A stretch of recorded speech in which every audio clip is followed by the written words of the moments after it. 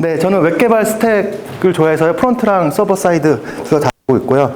뭐 문의 있으면 메일 보내주시면 좋을 것 같습니다. 일단은 웹소켓 시작 전에 간단한 설명 진행하려고 하는데요. 아까 QR코드 아까 먼저 확인해 주신 분들 계시면은 이제 설명 한번 해보겠습니다.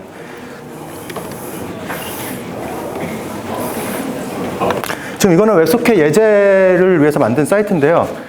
지금 보시면 오른쪽에 대기화면이 나오실 거고요. 이제 제가 넥스트 버튼을 누르면은 여러분들 디바이스에서 설문 화면이 나올 겁니다. 그러면 버튼 눌러보시고 바로 화면에 그 설문했던 값들이 노출될 건데 한번 시작을 해보죠. 네, 나오시나요? 오, 많이 하시네요. 네, 지금 버튼 누를 때마다 리얼타임으로 지금 저한테 와서 이루어지고 있고요. 테스트할 때는 한두 명밖에 없었는데 숫자 많으니까 기분이 좋아지네요. 네, 지금 보시면은 지금 계속 여러분들이 보내주시는 게 화면에 계속 반영된 거 볼 수 있으시고요. 네,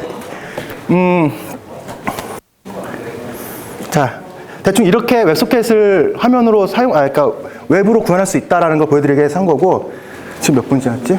이거 생각보다 많이 예, 지금은 경험 발표가 아닌 지식 발표이기 때문에 지금 말투가 좀 빠를 겁니다. 전달할 게 너무 많아서요. 네, 그래서 조금 뭐 타이핑 하시는 건 불가능하다 생각하시면 되고 화면에 집중해 주시면 좋을 것 같습니다. 지금 방금 전에 보였던 화면은 먼저 다수의 유저분들이 계실 거고요. 제가 서버에서 이렇게 화면이 있을 겁니다. 근데 기존에 REST로 여러분들이 개발하실 때 어떻게 하시죠? 보통 한번 당겨보고 있을 때까지 계속 당겨보죠. 그러다가 이제 제가 시작 버튼 누르면은 한번 당겨보고 디베이 값이 바뀌었네? 해서 화면을 바꾸는 형태로 개발하실 겁니다. 당연히 이렇게 보통 이런 패러다임으로 개발하시죠. 근데 웹소켓을 한다 어떻게 될까요? 그냥 클라이언트하고 서버 사이에서는 일단은 소켓 통신으로 연결이 됩니다. 그리고 제가 어느 순간에 시작이라는 버튼을 누르면은 그냥 스미스하게 지금 어드민하고 유저하고 메시지 큐로 구독과 발행과 구독 모델로 지금 연결되어 있고요. 바로 그냥 파이프라인 연결되듯이 데이터가 전달되고 그냥 전달됩니다. 지금 보면 리퀘스트 리스폰스 계속 반응이 되는 게 아니라 그냥 데이터가 필요한 대로 흘러가게끔 하는 겁니다. 이 과정을 보통 이제 폴링과 푸시라는 용어를 많이 쓰면서 차이를 두는데요. 폴링은 이제 짱구처럼 야 줘 이렇게 계속 달라가가지고 이제 서버에서 줄 때가 되면은 그때 응답을 주는 거를 폴링이라고 보통 보시면 되고, 이걸 길게 야 줘 해서 기다리는 거 롱폴링, 짧게 달라고 하는 거 뭐 그냥 폴링 이렇게 보통 이해하시면 되고, 푸시는 클라이언트는 언젠가는 서버가 주겠지 기다리고 있다가 버튼 오면 열심히 뛰는 거, 그때 클라이언트에서 뭔가 이벤트가 푸시 이렇게 주는 장면을 이제 네, 푸시로 보시면 됩니다. 그러니까 클라이언트는 요청하지 않아도 푸시가 서버가 언젠가 주겠지, 그 이벤트를 받겠지, 이런 생각으로 하시는 걸 푸시 방식으로 하면 되는데, 그러니까 기존의 리퀘스트 리스폰스 한 쌍으로 개발할 때보다 좀 패러다임이 달라지는 걸로 보시면 됩니다. 그렇다면 웹소켓은 뭘까요? 단어를 쪼개서 보시면요. 단순히 그냥 44380 포트, 이거 보통 방화벽에서 담당하는 포트 아닙니까? 기존의 방화벽 프리에 내서 이제 프로토콜, 이제 웹소켓, 그리고 HTTP 대신 웹소켓, 그리고 SSL 쓰고 싶으시면 WSS, 그리고 이제 웹브라우저에서 자바스크립트 API를 이용해서 웹소켓을 이용할 수 있으시고요. 내부적으로는 그냥 소켓입니다. 그리고 자바로 개발하실 때 그냥 뻔한 이런 소켓, 서버 소켓 열고 클라이언트 소켓 열어가지고 스트림하고, 서버 소켓에서 클라이언트에 스트림하고, 이런 커넥션 연결되는 이런 뻔한 소켓 프로그래밍이 지금 내부적으로 이렇게 개념상 동작 보시면 되고요. 좀 더 디테일한 설명으로 보시면요. 뭐 HTTP처럼 비연결제한 프로토콜 대비해서 연결 안 끊습니다. 이 얘기 이제 뒷부분 계속 얘기하고요. 통신, 클라이언트에서 서버한테 보낼 수 있고요. 서버 클라이언트로 데이터를 보낼 수 있습니다. 그래서 양방향 통신인데, 여기에서는 연결을 끊지 않기 때문에 리얼타임이 보장돼야 되는 게임이나 뭐 주식 거래소 같은 화면에서 많이 볼 수 있으시고요. 지금 제가 좀 더 눈에 보기 편하게 바이낸스라고 하는 비트코인 거래소 화면을 보여드리는데요. 여기 내부적으로 지금 보시면 이게 많이 너무 빠르죠. 어쩔 수 없습니다. 할 게 너무 많아서. 네, 여기 보시면 이게 사고팔고 이거 호가창 있죠. 호가창에서 보시면은 여기에 WS 웹소켓만 이렇게 네트워크로 볼 수 있으신데요. 여기서 보면 메시지들을 오늘따라 거래가 없네요. 이게 되게 막 엄청 많을 때에는 막 왔다 갔다 하거든요. 예. 일단은 이런 식으로 웹소켓이 내부적으로 쓰일 수 있고 웹에서 쓸 수 있다 있으시고요. 여기 보시면 네트워크 비용을 감소시켜준다는 게 약간 포인트인데 이 뒷부분에 계속 내용을 설명드리겠습니다. 그리고 웹소켓을 이용해서 프론트 이야기를 먼저 하고요. 그 다음에 서버 이야기를 할 건데요. 프론트는 먼저 웹소켓 API가 브라우저에 지원을 해야 되고요. 웹소켓 서버 위치, 그리고 웹소켓이 이제 선언이 되면서 이제 네트워크 서버 오픈이 되면은 지금 여기에서는 클라이언트가 서버한테 메시지를 샌드라고 해서 보내라는 간단한 메소드고요. 여기서 서버에서 클라이언트로 메시지가 푸시 받아지면은 이 함수가 실행되는데 여기 단순하게 이렇게 에코 헬로 웹소켓을 여기서 헬로 웹소켓 받아서 리시브 받았다 이렇게 하는 간단한 코드인데요. 실제로 API 동작 레벨에서 그렇지만 먼저 핸드쉐이크라는, 그러니까 네트워크로 우리가 네트워크 왔다 갔다 하기 때문에 핸드쉐이크 과정을 걷는데요. 이거는 이제 HTTP에서 웹소켓으로 서버 합의하는 과정을 보시면 됩니다. 뭐냐, 먼저 HTTP 전문을 보시면은 특징으로 겟 방식에 여기 보시면 업그레이드 웹소켓이라고 하는 거를 클라이언트가 알려주면요. 서버는 이제 이제 웹소켓을 처리할 수 있다고 업그레이드 웹소켓을 하고, 특이로 200이나 뭐 에러 코드가 아닌 101 스위칭 프로토콜이라고 해서 이제 웹소켓으로 이제 응답을 받을 준비를 하고 서로 간에 통신이 된 다음에 그 네트워크를 끊지 않고 이제 웹소켓을 서로 통신하게 됩니다. 네트워크 탭을 보시면요. 아까 말했던 정보들이 이렇게 쫙 이루어지고요. 그리고 이제 메시지 탭, 원래 여기 리스폰스라고 우리가 많이 봤던 화면 보시면 되는데 이 부분이 클라이언트, 녹색은 클라이언트에서 서버로 보내는 장면, 그리고 서버에서 클라이언트로 오는 메시지 이렇게 볼 수 있으시고요. 그리고 타이밍 탭 보시면은 그 펜딩된 상태라고, 네트워크가 끊기지 않았다라는 거를, 연결 상태가 끊기지 않았다는 걸 이렇게 볼 수 있으십니다. 네, 지금 봤던 것들을 하나하나 이렇게 보시면요. 이런 식으로 보고, 여기 지금 이건 버튼에다가 샌드라고 ASDF, ASP 날리는 건데요. 이런 식으로 우리가 코딩할 수가 있는 거죠. 그러면 브라우저 지원 현황을 보셔야 되는데요. 혹시 방금까지 뒤에 안 들리셨나요? 죄송합니다. 마우스를, 브라우저 지원하는 근데 이쪽에 보시면은 그 96.56% 정도 지원하는데 요즘 거의 대부분 모던 브라우저는 다 지원한다 보면 되고요. 그리고 5% 안 되는 브라우저에 대해서 지원을 위해서 SOC.js라고 하는 웹소켓 에뮬레이션이 있습니다. 이 녀석의 동작은 웹소켓이 undefined로 되어 있으면은 이제 뭐 AJAX로 한번 뭐 당겨보고, 그것도 안 되면 iframe으로 당겨보고, 이런 식으로 이제 동작에 대해서 그 웹소켓처럼 동작하기 위한 에뮬레이션을 하는 녀석이고요. 이 녀석이 프로토콜이 있는데요. 이 프로토콜에 맞춰 서버도 구현을 해줘야 되는 부분이 있습니다. 스프링에서는 이걸 구현해놨고요. 나중에 설명드리겠습니다. 네, SOC.js를 사용하기 위해서는 간단합니다. 그냥 라이브러리 추가하시고, 그 다음에 SOC.js로, 그러니까 웹소켓 대신 SOC.js를 하시고, 나머지는 동일한 API로 사용하시면 웹소켓 사용할 수 있으시고요. 이제 백엔드 이야기를 해보겠습니다. 스프링으로 웹소켓을 사용하는 방법, 여러분들이 제일 궁금할 부분이기 때문에 여기서부터 이제 본론을 진행하죠. 스프링에서는 이런 식으로 카테고리로 웹소켓에 대해 설명을 하고 있고요. 처음 이 카테고리가 잘 이해가 안 갔었어요. 일단은 먼저 스프링에서는 이제 다큐멘테이션 보면 서블리 파트와 리액티브 파트가 있습니다.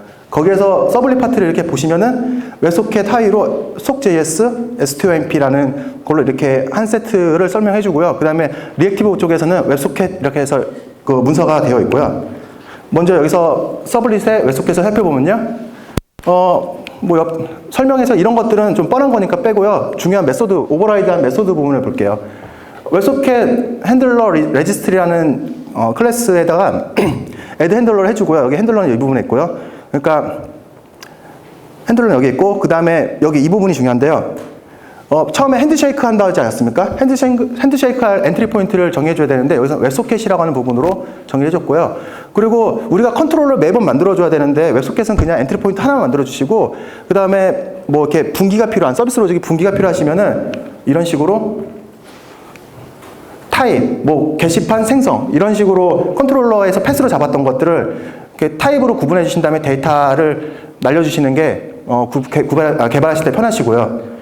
그리고 웹소켓 핸들러 부분에서 클라이언트가 뭔가 샌드 하게 되면 이쪽이 자동으로 동작이 되게 되는데, 받은 세션 객체를 통해서 메시지를 받은 걸 가지고 뭐 다시 또 샌드 메시지를 통해서 서버가 클라이언트 메시지를 보낼 수 있고요.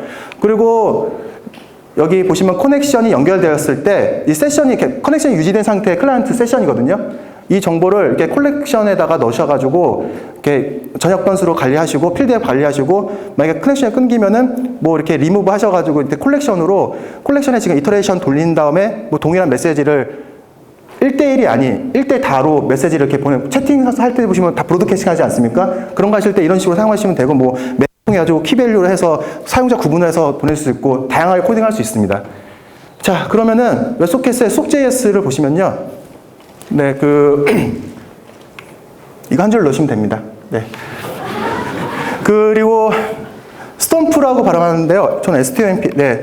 스톰프라는 게 뭔지 다들 많이 생소하실 거예요. 저도 이거 이해하는데 좀 오래 걸렸었는데요. 좀 이게 여정이 좀 길어요. 얘를 먼저 배경 지식을 이해하고 얘를 어떻게 쓰는지를 살펴봐야 되기 때문에 그러면은 얘를 왜 쓰는지 뭐 그런 것들에 대해서 한번 살펴보도록 하겠습니다.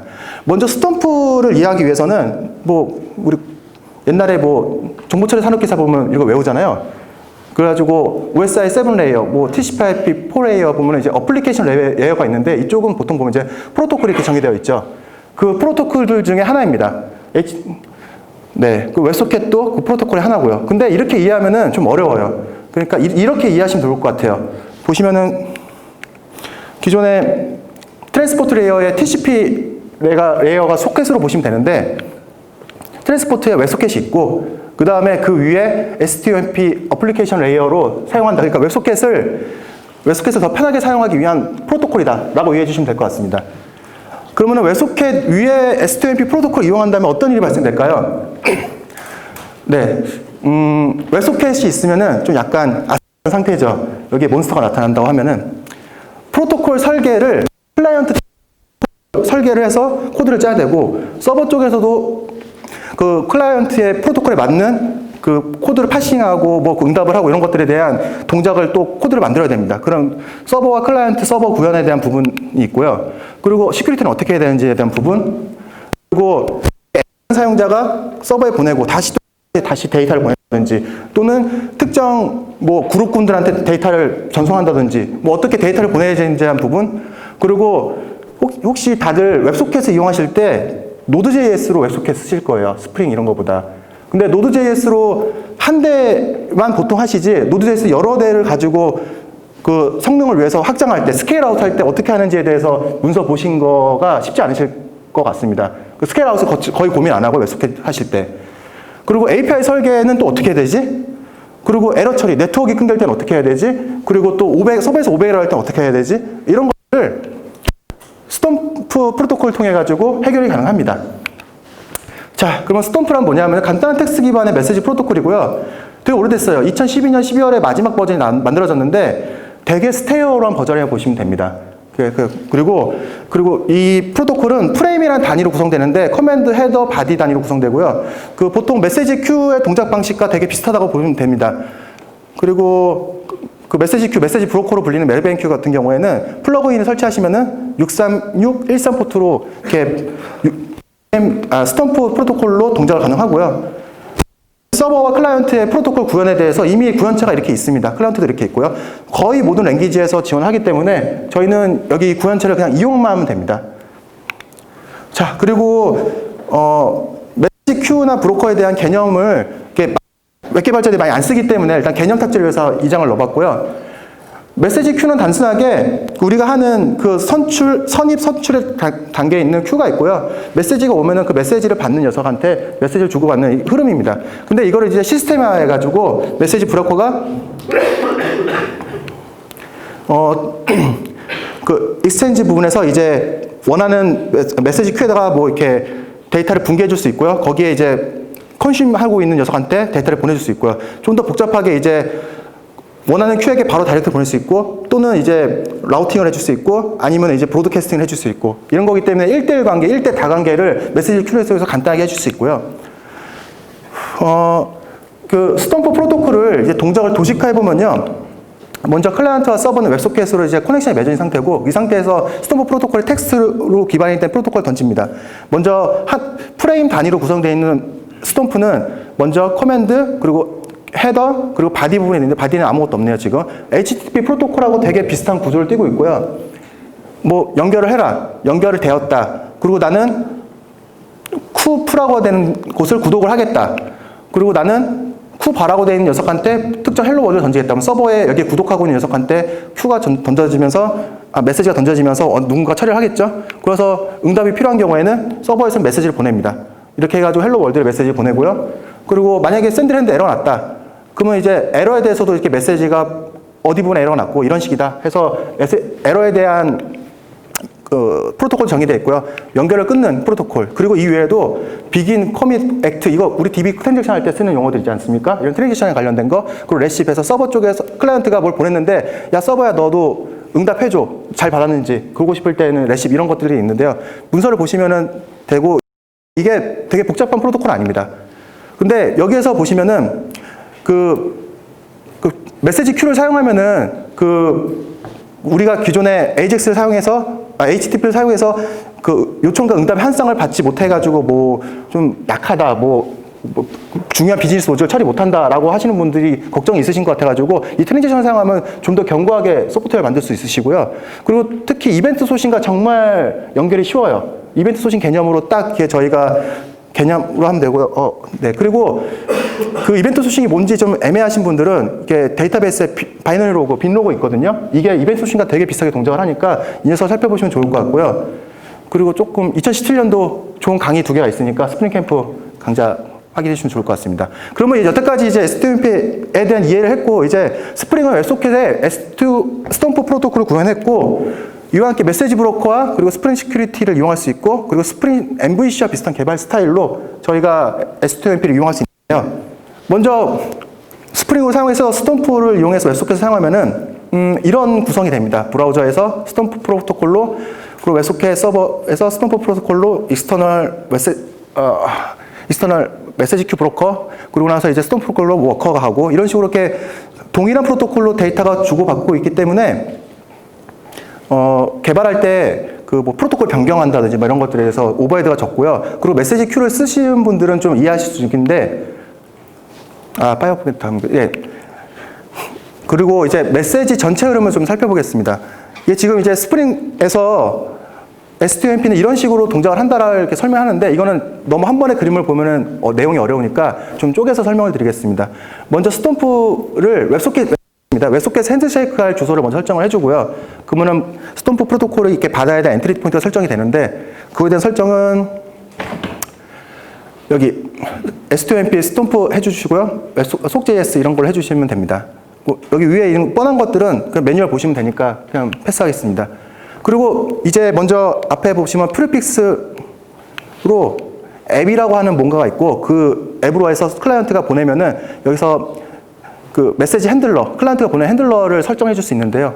클라이언트가 보낸 메시지 핸들러에 대해서는 이제 set application destination prefix 그리고 이라고 하는 부분을 설정해 주시면 되고요. 지금은 이제 자바스크립트입니다. 자바스크립트에서는 속.js에서 S2MP 라이브러리를 이용해 가지고 S2MP 클라이언트를 만들어 주시고요. 이제 S2MP 클라이언트가 앱 프리픽스에 이벤트라고 해주는 부분을 해주시고요. 그 다음에 개발을 이렇게 해주시면요. 네. 기존에 우리가 스프링 MVC 쓰던 거와 비슷한 개발 환경으로 컨트롤러 선해주시면 되고요. 리퀘스트 매핑 대신 메시지 매핑으로 하시고, 아까 앱의 이벤트였지 않습니까? 앱의 프리픽스 제거한 나머지 이벤트 부분에 관련되어 있는 이 메소드가 동작되는, 여기까지 컨트롤러처럼 동작하게끔 엔트리 포인트가 되고요.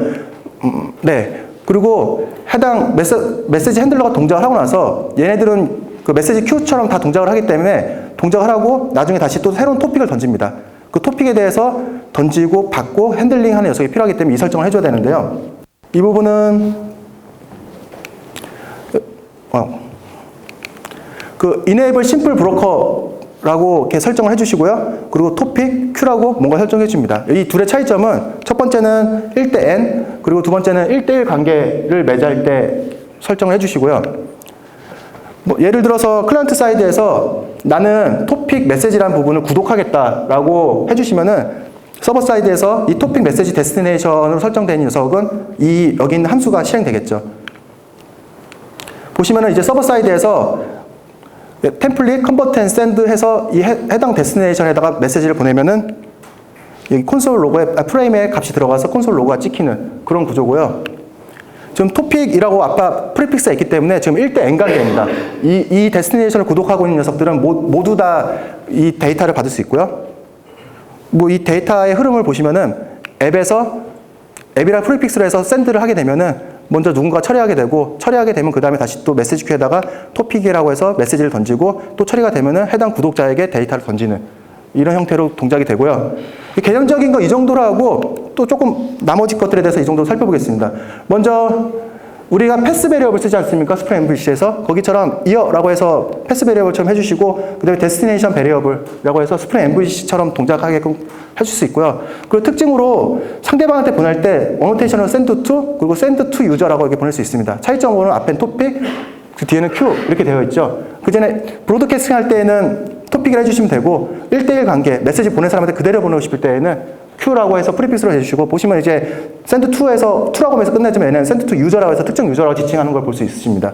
네. 그리고 이렇게 해서 메시지를 보낼 수 있기 때문에 우리가 흔히 하는 리퀘스트 리스폰스장을 이런 식으로 구현하시면 되고요. 입세션 핸들러는 이걸 해주시면 됩니다. 입세션 타입에 별로 맞춰가지고 동작을 하겠고요. 기존과 스프링 MVC 개발 때 동일합니다. 그리고 만약에 어노테이션으로 이렇게 하나의 메소드에서 처리하기 싫다 이럴 때에는 이렇게 그 토픽을 발행하는 템플릿이라는 녀석이 있는데 이 녀석한테 convert and send에서 토픽 브로드캐스팅 해라 또는 convert and send to user 해서 특정 유저 프린서플 그 스프링 시큐리티에서 프린서플 있지 않습니까? 거기서 특정 유저의 유저네임만 넣어주시면은 그 특정 유저한테 딱 메시지를 보낼 수 있습니다. 자, 시큐리티 부분 살펴볼 건데요. 저희가 폼 로그인이나 뭐 OAuth를 통해 가지고 인증을 받고 난 뒤에는 프린서플 객체 세션에서 유저 정보를 가져올 수 있죠. 네, 그래서 실제로 스프링 MVC처럼 개발할 때처럼 여기 인자 부분에 프린서플 객체가 널이 아닌 그 로그인한 사용자의 정보를 가져올 수 있고요. 겐 유저네임을 하시면은 그 유저 아이디를 갖고 올 수 있기 때문에 특정 유저 사용자의 식별이 가능합니다. 그리고 식별뿐만이 아니라 그 STMP 프로토콜을 통해서 모든 메시지가 왔다 갔다 할 때 그 어소라이제이션 하고 싶다. 이 메시지가 좀 시큐리티를 좀 더 강하고 싶다. 이러실 때는 CSRF 토큰을 통해 가지고 메시지 헤더에다가 넣어 주셔 가지고 매번 모든 메시지마다 시큐리티가 동작하게끔 할 수 있고요. 좀 제가 커스터마이즈해서 인터셉터를 만들어 가지고 좀 더 디테일하게 만들 수 있고 그렇습니다. 자세한 내용은 이렇게 문서를 보시면 될 것 같고요. 그리고 스케일 아웃 부분은 이거는 웹소켓의 장점이 아닌 메시지 브로커의 장점인데요. 먼저 이렇게 흐르는 과정 중에서 여기까지는 하나의 와스입니다. 와스에서만 동작할 수 있는데 그러면 스케일 아웃을 하기 위해서는 이제 익스터널 메시지 브로커를 하나 설정해 주셔야 되는데요. 이 부분은 기존처럼 심플 브로커가 아닌 이제 enable stomp 브로커 릴레이라는 녀석을 해주시고 설정 그대로 해주신 다음에 그 RabbitMQ나 뭐 다른 ActiveMQ 뭐 여러 가지 그 메시지 큐가 있는 외부의 IP나 URL을 넣어주시면은 이제 토픽이 그 메시지 브로커를 통해서 다시 돌아오는 이런 형태로 됩니다. 그래서 메시지 브로커를 외부 메시지 브로커를 사용하면 어떤 식의 흐름이 되냐면은 클라이언트가 그 웹소켓 서버를 통해서 메시지 브로커에 메시지 보내고 뭐 컨슈머나 워커 이렇게 동작을 하고 이 타고 이렇게 흐름을 되겠죠. 그리고 스케일 아웃을 한다. 그럼 이렇게 동작을 시키지만 메시지 브로커 때문에 되게 유연하게 네, 서로 이제 유연한 관계를 가질 수 있고요. 그리고 리액티브 방식의 웹소켓을 살펴볼 건데요. 리액티브 쪽은 뭐 이런 식으로 합니다. 근데 저는 웹소켓이 사용 안 되실 것 같기 때문에 이제 이렇게 쓸 수 있다는 정도만 보여드릴 거고요. 왜냐하면은 또 여기에 리액터에 대해서 이해가 필요하기 때문에 코드 설명은 조금 길어질 것 같고요. 이런 식으로 코드를 사용할 수 있는데 문제점은 여기 밑에 SOAK.js S2MP라고 해서 쓸 수 있는 부분들이 아직 리액티브 쪽은 지원 안 하고 있습니다. 그래서 만약에 쓰신다고 하시면은 서블릿 기반의 스톰프를 사용을 추천드립니다. 자, 그리고 이제 웹소켓 약을 좀 팔아야 되는데요. 그 웹소켓을 사용하는 서비스를 먼저 보겠습니다. 먼저 그 웹소켓의 그 채팅 부분 있지 않습니까? 그 페이스북의 채팅 부분을 웹소켓 사용하고 있고요. 제가 한번 네트워크 탭 다 열어가지고 한 번씩 본 서비스들이에요. 다 웹소켓 쓰고 있더라고요. 그리고 여기 트렐로 많이 알지 않습니까? 이게 제가 예를 들어서 마라톤에 되어 있는 거를 이렇게 투두로 옮기면은 그 혹시 이거랑 똑같은 보드를 보고 있으신 분은 제가 새로 고치면 안 했는데 이게 틱 옮겨지는 거 볼 수 있으실 거예요. 그리고 누가 댓글 쓰면 바로 댓글 썼다가 나오고 이런 것들이 다 그 좀 약간 다이내믹한 UX를 줄 수 있고요. 그리고 되게 성능이 필요한 이런 주식거래소 같은 경우에 호가창 이런 거 당연히 쓰고 있고요. 그리고 이거는 AWS에서 그 협업으로 동시에 이렇게 하나의 아이디를 쓸 수 있는 이런 건데 여기에도 보니까 웹소켓 쓰였더라고요. 지금 보시면은 정말 많은 사람들이 쓰고 있는 서비스거든요. 이미 웹소켓은 레퍼런스가 검증됐다라고 보시면 될 것 같습니다. 어떻게 쓰냐가 이슈인 것 같고요. 그리고 웹소켓은 브라우저 전용 기술이냐에 대한 질문에 대해서 간단히 검색을 했습니다. 웹소켓 안드로이드, 웹소켓 iOS 여러 가지 검색해 보시면은 웹소켓은 단순하게 처음에 핸드쉐이크를 하고 TCP 통신하는 녀석이기 때문에 그냥 그 동작 그대로 만들면 됩니다. 그래서 그 동작 그대로 만들어진 라이브러리들이 많이 있거든요. 그냥 갖다 쓰시면 됩니다. 그래서 저희 안드로이드 개발자가 웹소켓을 되게 쓰고 싶어 하는 눈치시더라고요. 일단은 그렇고요. 두 번째로는 이제 바이너리 데이터 전송 부분인데요. 저는 이 부분을 되게 좋게 보고 있어요. 뭐냐면은 혹시 클라이언트 사이드에서 데이터 암호화 키를 교환한다든지 이런 작업들을 하신 분들은 아실 텐데 바이너리 배열을 보통은 AJAX로 보낼 때에는 베이스 64를 인코딩해서 이렇게 보내지 않습니까? 그럴 때 어떤 일이 있죠? 원본 대비 약 30% 정도의 데이터 증가가 있어요. 근데 웹소켓을 사용하신다면요, 자바스크립트에 이제 바이너리 타입을 해서 비랍 또는 어레이 버퍼 이런 거 사용할 수 있으신데요. 여기 보시면은 파일 인풋에다가 데이터를, 뭔가 파일을 넣으면은 이제 바로 이벤트가 동작을 하고 여기에 이제 파일 리더라는 녀석이 그 파일을 쭉 읽어서 메모리를 로드하면은 메모리 로드된 순간에 여기 로드 이벤트가 동작을 하고요. 그리고 바로 웹소켓에다가 동작되어 있는 그러니까 바이너리 배열을 쑥 던집니다. 그러면은 웹소켓으로 바이너리 프레임이라고 해서 아까 텍스트가 아닌 바이너리 프레임을 전혀 바이트 수가 늘어나고 줄어들고가 없이 그대로 보낼 수 있기 때문에 코드할 때도 편합니다. 그리고 REST API로 개발하는 것보다 웹소켓으로 개발하는 게 불편하다라고 하시는 의문이 있으신 질문에 대해서도 제가 개인적으로 지금 개인 프로젝트를 하고 있는데요. 제가 검증을 해봐야 남한테 설득할 수 있으니까요. 먼저 Vue.js로 클라이언트 사이드를 구현을 하고요. 그리고 웹소켓에 S2MP를 이용한 서버, 그리고 이제 워커 부분 이렇게 세 개로 프로젝트를 만들었고요. 도식화하면 이렇습니다. 클라이언트와 서버, 그리고 워커. 근데 모두 펍섭으로 동작해서 편하고요. 여기에 펍섭의 장점으로 파이어 포갓이라고 하는 거, 이거 장점을 볼 수 있고요. 개발하신 분들은 되게 좋아하시더라고요. 그리고 여기 워커 부분에서는 자바만 일단 쓰고 있었는데 실제로는 메시지로 통신하기 때문에 디커플링 때문에 코틀린, 노드, 다양한 언어로 개발할 수 있습니다. MS의 장점으로 볼 수도 있고요. 약간 이게 메시지 브로커를 이용한 장점입니다. 그리고 간단히 코드로 보면요. 먼저 요청과 응답으로 이해하시면 편합니다. 그래서 먼저 스톰프로 서버 쪽에 데이터를 보내고 뭔가 데이터가 오게 되면은 뮤테이션은 값을 수정하겠다. 서버에서 온 데이터를 수정하고 그 다음에 게터는 온 거를 이제 화면에 뿌리는 건데 설명 안 했군요. 일단 클라이언트 사이드는 자바스크립트에서 Vuex를 사용하는데 Vuex 쓸 때 이런 식으로 쓰거든요. 리덕스나 이런 거 쓰신 분들은 좀 이해가 되는데 이거 중요한 부분은 아닙니다. 그냥 이런 식으로 쓴다라고 해서 보시면 되고요. 그리고 서버 쪽에서는 그냥 펍섭 먼저 서브로 받고 그다음 특정 이벤트를 날립니다. 그리고 다시 또 이벤트를 받고 다시 이벤트를 날리고요. 얘는 근데 단순히 워커에게 이벤트를 전달해 준 녀석이라 가지고 그냥 코드 추가가 더 이상 없습니다. 이것만 받고 그냥 대부 서버에다가 뚝 던져 놓고요. 워커는 그 대부 서버에 URL만 설정만 하면 되는 과정입니다. 그리고 워커 부분은 이렇게 비즈니스 로직의 워커에 들어가고요. 이렇게 클라이언트에서 왔던 커맨드들을 이제 입력을 해주시고 분기만 해주시면 됩니다. 그리고 리스폰스에 관련되어 있는 해주시고요. 그러면은 실제 아까 코드의 흐름을 보시면요. 클라이언트 사이드에서 펍 하면 이제 웹소켓 서버에서 서프하고요. 웹소켓 서버는 이제 메시지 브로커를 통해서 서프하고 있는 워커한테 특정 메시지를 보내고요. 그리고 워커는 이제 작업이 끝나면은 또 메시지를 발행해서 펍하고 받아서 클라이언트한테 보내는 이런 흐름입니다. 리퀘스트 리스폰스하고 되게 비슷하죠. 그리고 기존의 AJAX 호출하는 방식과 비교해 보면은 먼저 우리 리소스의 리소스가 어디 있는지에 대해서 URL을 정의해주고 그 다음에 get post 이런 걸로 해가지고 해주시고 그 다음에 비동기 작업에서는 이제 액션이라는 걸 정해 주셔야 되거든요. 이런 것들을 해줘야 되는데 약간 이런 것들이 불필요해집니다. 이렇게요. 그리고 또 재밌는 거는 동일한 이벤트명으로 서버와 클라이언트 사이에서 통신을 하기 때문에 저희가 디버깅 할 때 정말 편해집니다. 그리고 개발 생산성도 좋아지고요. 그리고 전 여기도 좋게 봤는데요. 워커 부분을 보시면요. 이게 원래 스프링 띄울 때 인베디드 톰캣을 올리고 그 다음에 컴포넌트 스캔하고 막 뭐 하고 하기 때문에 되게 오래 걸렸어요. 특히 옛날에 저 몇 년 전까지만 해도 1분 가까이 프로젝트 하나 서버 올릴 때 좀 무거운 프로젝트도 있었고요.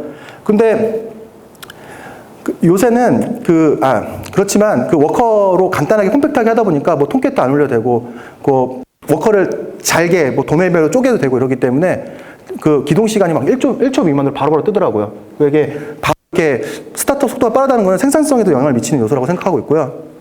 그리고 되게 유명한 발표가 하나 있어요. 그런 REST API로 괜찮은가? 뭐 되게 여러 가지 맨 마지막에 정리 내용이 있는데 뭐 여기 보시면 잘 안 지키는 거죠. 셀프 디스크립티브와 뭐 헤이토스 OS 뭐 이런 것들이 있어요. 막 근데 그것들을 설명하기 위해서 뭐 우리 REST API 정의할 때 리소스의 위치 뭐 이런 것들에 대한 정의 뭐 게시인지 포스인지 상태 변형이 있는지에 대해서 뭐 딜리트인지 뭐 메소드 뭐 컨텐츠 타입에 대해서 이게 XML인지 뭐 JS인지 해서 뭐 해서 거기에 맞춰가지고 줘야 되고 보시면은 뭐 링크스 해가지고 이 자료는 여길 가면 또 뭐가 있습니다 해서 다 알려줘야 되고 이런 거 해줘야 돼요.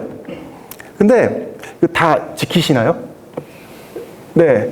저희 서비스 개발할 때 좀 필요한 것만 만들다 보니까 저도 잘 못하는데 사실 그러다가 개발을 하다 보면은 쉽지가 않더라고요. 아직도 모르겠고 그리고 약간 뭐 제대로 지키지 못했다라고 하는 죄책감? 뭐 그런 것도 생겨요. 그리고 가끔 이렇게 트집도 받고요. 그래서 거기에 대한 부분이 있고요. 또 클라이언트 사이드 개발자 얘기를 나눠보면은 레스트 리스라고 하는 용어에 대해서 되게 강조하더라고요. 왜냐하면 이게 램이라고 하는 사이트인데요. 램은 웹소켓과 관련이 없습니다. 그냥 참고로 갖고 온 거고요. 페인포인트 REST API 페일러 부분에 대해서 되게 골치가 아프대요. 뭐 예를 들어서 뭐 get 포스트 뭐 하다가 갑자기 에러가 나면 어떻게 우리가 처리해야 되지? 뭐 이런 거라든지 네트워크 끊기면 어떻게 되지? 뭐 되게 복잡한 상황에 대해서 우리는 어떻게 처리해야 되지? 클라이언트 사이드도 고민을 하는 거예요. 근데 웹소켓을 통해서 해결할 수 있는 부분은 아니지만 그 REST 리스라는 단어에 대해서 클라이언트 개발자들의 호감은 좀 상당히 크다는 걸 좀 느낄 수 있었습니다. 근데 웹소켓과 스톰프를 쓰고 REST API 요청 응답 강점에서 이벤트 기반으로 우리가 개발을 한다고 하면은 더 낮게, 더 자유스럽게 개발할 수 있다라고 저는 생각하고 있고요. 전 느끼고 있습니다.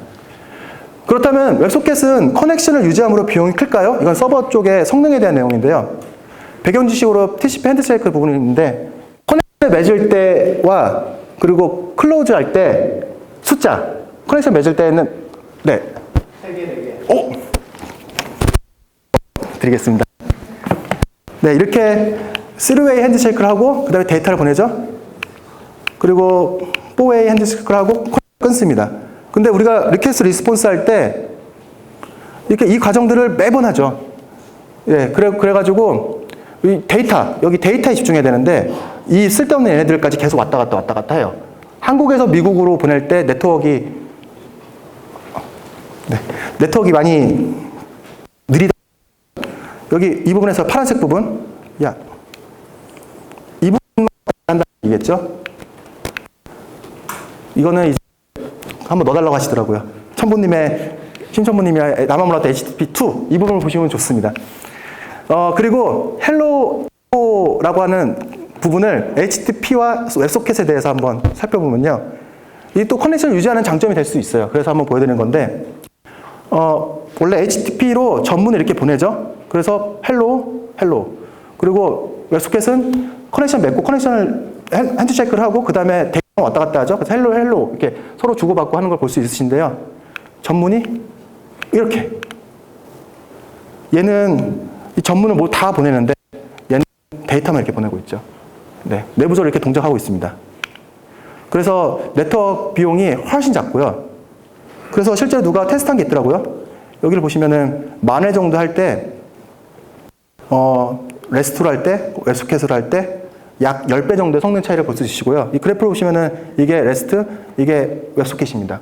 그래서 성능이 필요하신 분들은 고려해보도 좋으실 것 같습니다. 그리고 이제 우리는 패러다임이 이제 시프트하고 있는데 그 전에 먼저 블로킹 IO를 먼저 살펴봐야 될 것 같습니다. 우리가 그 서블리스로 개발할 때 리퀘스트를 받을 때 스레드를 생성하고 그 다음에 응답을 하고 이러지 않습니까? 그래서 톰캣의 스레드 개념으로 많이 생각을 하는데 블로킹 IO인 경우에는 스레드 하나당 보통 뭐 적으면 2, 3메가 하겠죠? 뭐 용량 그 설정에 따라 다른데 만약에 예를 들어서 동접자 1000명이 된다. 그러면은 2메가를 기준으로 1000명이면 2기가입니다. 예, 그리고 만약에 10,000명이 동시에 붙는다. 그러면 이제 20기가죠. 이제 점점 이제 서버 램으로 버틸 수 있는 한계가 점점 늘어나고, 지금 100만 명 접속한다. 서버 한 대. 못하죠.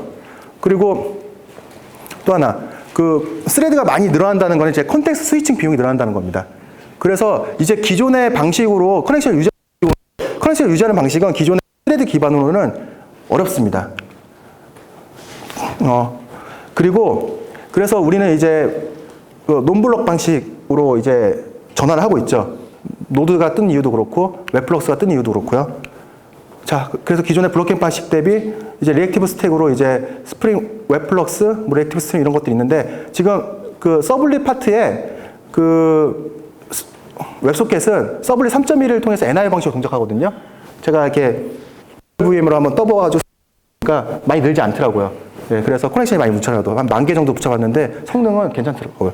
그래서 네, 리액티브 NI 방식으로 하기 때문에 이제 그 우리는 더 이상 뭐 커넥션이 동시에 많이 붙는다고 해서 그렇게 두려워할 필요는 없는 것 같아요. 기술적으로 해결을 해줘가지고요. 그리고 좀 더 자세한 내용은 제 2017년 발표를 봐주시고요. 그리고 마무리로 네, 기존의 것을 바꾸자는 이야기를 하려는 게 아니라 우리가 너무 하나만 알고 있어가지고 기존의 선택지를 좀 늘려보자라는 얘기로 이야기를 하게 되었습니다.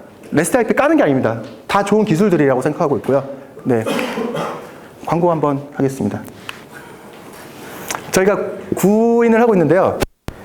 보시면 저희 회사는 지금 뇌졸중 환자를 위한 툴을 만들고 있는데 하드웨어도 있고 소프트웨어 팀도 있고 마케팅 팀도 있고 여러 가지 팀들이 다 있어요. 그래서 제가 뭐 QA 할 때, QA 팀에서 QA 할 때 게임 같은 거 한번 해보고 있고요. 그리고 지금 타겟팅 시장은 미국입니다. 그래가지고 이 미국에 지금 뭐 셀레나라는 사람한테 뭐 이런 수기 같은 것들을 지금 리서처가 지금 설명해주고 있고요.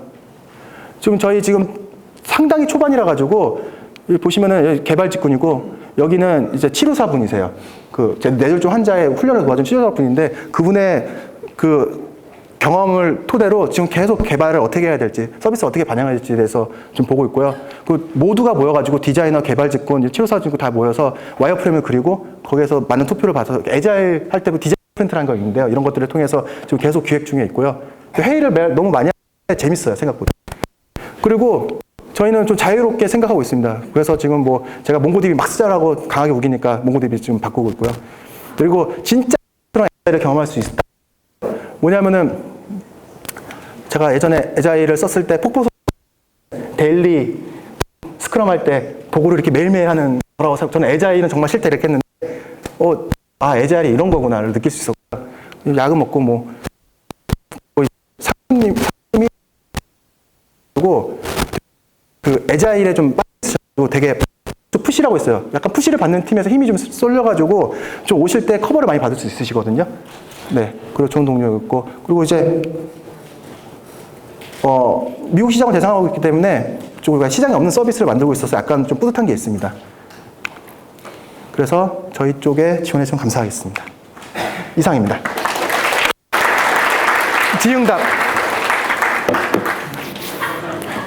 네. 예. 발표해 주신 내용 중에 네. 지금 실제로 지금 만드는 상용 서비스에서 웹소켓을 쓰신 게 있는지. 그건 이제 저희가 도입하자는 과정 중에 이렇게 얘기가 나온 거고요. 지금 저희가 채팅을 통해서 먼저 웹소켓을 알아본 거거든요. 근데 지금 이거를 모든 API를 이걸로 바꿀지 부분을 할지는 이제 결정 단계에 있습니다. 또 하나 더. 네. 아까 발표 중에서 말씀해 주셨는데 Node.js를 이용해서 웹소켓을 사용해도 되잖아요. 네. 근데 그게 아니라 이거를 스프링을 이용해서 하신 이유가 있으시죠? 그건 노드콘에 가셔가지고 저희 스프링이니까 그거고요. 그리고 스톰프 같은 경우에 그 노드.js로 해가지고 이렇게 제가 그러니까 저의 경험으로 그 자연스럽게 이용할 수 있는 거는 지금 이 스프링을 이용한 거여가지고 그랬습니다. 비교를 해보시면서 선택을 하신 거 아닌가요? 선택을 하신 이유가 좀. 제가 약간 스프링을 좋아해서 편파적인 것도 있습니다. 네. 만약에 하다가 서버가 다시 빌드가 되고 복구가 될 때 한번 내려갔다 올라. 네. 그때는 이제 커넥터들은 어떻게 기존에 내렸던 커넥터들은 어떻게 이거는 제가 학습적인 용도가 지금 저도 프로덕션 안 올려가지고요. 근데 일단은 먼저 LB에서 그 세션으로 특정 서버에만 로드 밸런싱 할 수 있게끔 스티치 세션처럼 엔진에서 그렇게 부르더라고요. 일단 그걸 해줘야 되고요. 그러면 이제 인스턴스가 내려가가지고 끊기잖아요. 그러면 클라이언트는 이제 리타라를 해줍니다. 그게 스톰프 프로토콜에 정의가 되어 있고요. 그래서 붙으면은 그다음부터 그 커넥션을 이용해서 씁니다. 예, 마지막으로. 네. 질문 두 개만 더 받고. 맞으면, 네. 예, 이렇게. 말씀하십시오. 그냥 웹소켓으로 이제 통신하는 거랑 네. SSE로 하는 거랑 네. 비용적 측면에서 네. 서버에서 푸시만 계속 해준다고 하면은 많이 괜찮아지는 건가요? 아니면 그냥 웹소켓으로 그냥 다 커버를 해도 그 퍼포먼스나 그런 비용적 측면에서 성능에서는 SSE보다 훨씬 낫고요. 사실 그 SSE는 기존의 AJAX로 리퀘스트 계속하는 거랑 동일한 방식이기 때문에 네, 그냥 폴링 방식이잖아요. 네, 그래서 네. 텍스트 스트링을 쭉 내려주는 걸 말씀드리는 거예요. 서버 센트 이벤트. 그렇죠. 리스폰스가 쭉 길어지면은, 그러니까 롱폴링이나 숏폴링이나 이런 것들을 SS로 하잖아요. 근데 제가 해보니까, 네, 그 커넥션 비용 측면에서는 웹소켓이 나와서 일단은 웹소켓을 얘기하고 있습니다. 간단한 거 그럼 네. 저희 지금 웹소켓으로 지금 하고 있는데 네. 거기에서는 지금 말씀해 주셨던 그 밑에 그 SK, OMP 이런 애들이 없잖아요. 네, 그러면은 좀 생산성 측면에서 네. 그냥 웹플럭스 버리고 서브레이스로 그냥 만약에 올려가지고 쓰는 것을 추천하시는데 아니면 웹플럭스에서도 익숙해지면 생산성 측면에서 웹플럭스를 써서 하는 게 뭐 괜찮다. 제가 고민하는 사항인데요. 뭐냐면은 스톰프를 구현하는 게 어렵지가 않아요. 그래서 웹플럭스에다가 스톰프를 구현해가지고 그냥 쓸까 또는 네, 그러면 아니면 뭐 서블릿 방식에 있는 걸 쓸까에 대해서는 선택지인 것 같아요. 네. 네. 아까 저기 네. 질문 마지막. 네. 안 들려요.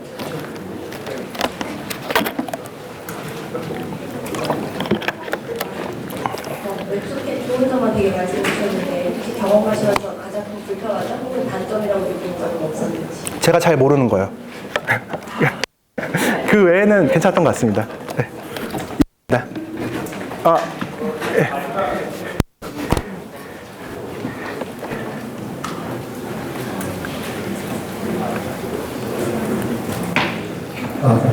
네. 그 커넥션 유지 시간이 변경되면 잠시만요. 갈 거라고 생각을 하는데 네. 이제 그러면 서버 측에서는 파일 디스크도 늘어날 거고 어떤 거요? 서버 측에서는 파일 이제 소켓을 계속 TCP 레벨에서 네.